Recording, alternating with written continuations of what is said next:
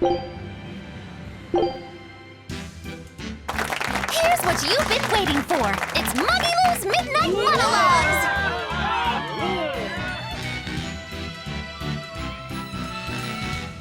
Each week, a different guest draws a topic card and reveals their secrets. This week, we have some mail for our panel. Dear Velvet, pay back the 100 gold you owe me. I didn't loan anyone anything. Who wrote that anyway? Oh, you just wanted me to get worked up. Precisely. And with that done, let's move on to our guest. It's our second mascot after Bienfu. Welcome, Luffyset. Oh, so I'm second to Bienfu. What's wrong? Did you think you were the cutest? That's not what I meant. Ah, but that's what's got you down, isn't it? Tut-tut, young man. Pride goes before a fall, my dear. Now show your humility and apologize. I'm sorry that I thought I was cuter than Bienfu. And to the balcony seats, too. I'm very sorry. That kid is too easy. She should be ashamed. Good. Now, with your new outlook in mind, draw a topic card. This one. And the card is, now here's the truth. Since you're already feeling penitent, it's time to make a confession. Like that you've been secretly sniffing Velvet and Eleanor's clothing. Fee would do no such thing. That's right. Actually, I do have a secret I've been keeping from everyone. It happened with something of yours. Something you'd taken off for the night.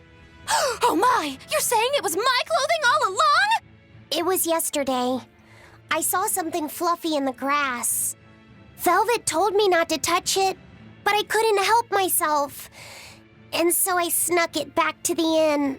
But I didn't have anywhere to keep it. So I ended up putting it in your hat. And that fluffy stuff was? They were praying mantis eggs. So that's why my hat's been wriggling about. Laffy said, since Magilu is occupied right now, maybe you should take over. Right. The next part of the secret word is R-I. And our next guest will be Velvet. Yeah. As long as those mantises don't eat Magilu in the meantime. Don't scare me like that! See you next week!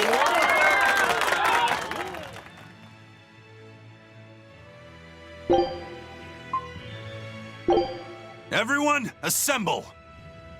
What's got you in such a bad mood? Is something wrong, Aizen? I'd say so. There are rumors going around that Ifreed's pirates have gone soft. They're with a bunch of oddballs, they say. Oddballs? They mean all of you. People talk. Why not just let them talk? Besides, that's what we are, isn't it? It's an outrage!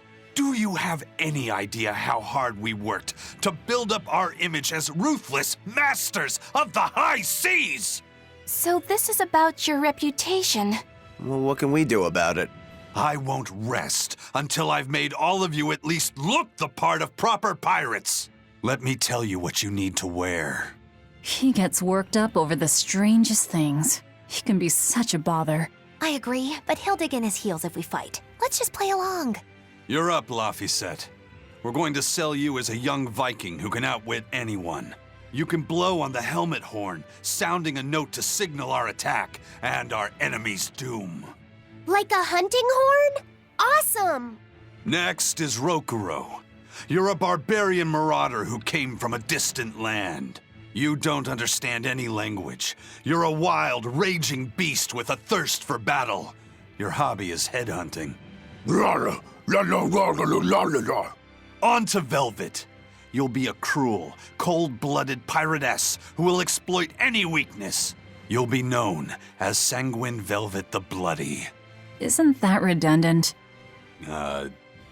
You've got blood in there twice and Just let him have his way, Velvet. Now, Eleanor, you'll be the traitorous fallen angel.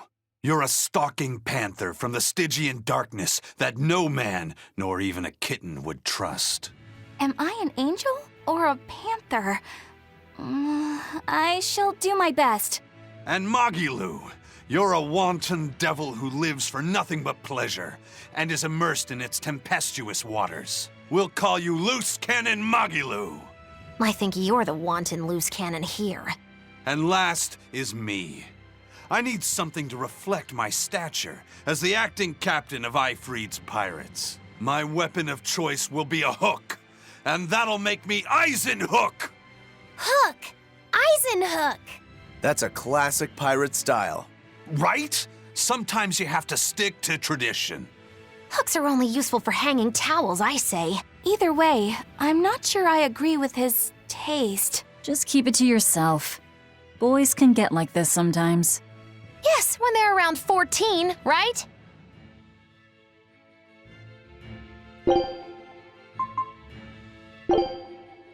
This is the tale of a fair lady and her servants dwelling in a faraway mansion.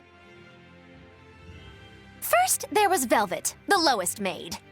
Her favorite word was no, and she stubbornly refused to carry out 8 out of 10 of her master's commands. She was a fine cook, but her uncivil manner made her unfit to make direct contact with the guests.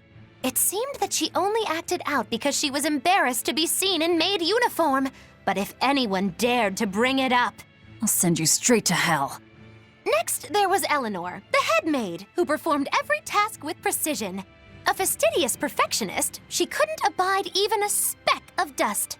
But in her zeal, she often placed the cart before the horse. You can't walk on that floor! I just cleaned it!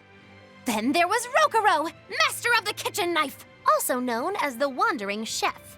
His obsession with the blade meant he could only make sashimi and noodles. But what keeps him from cutting gels? Ah!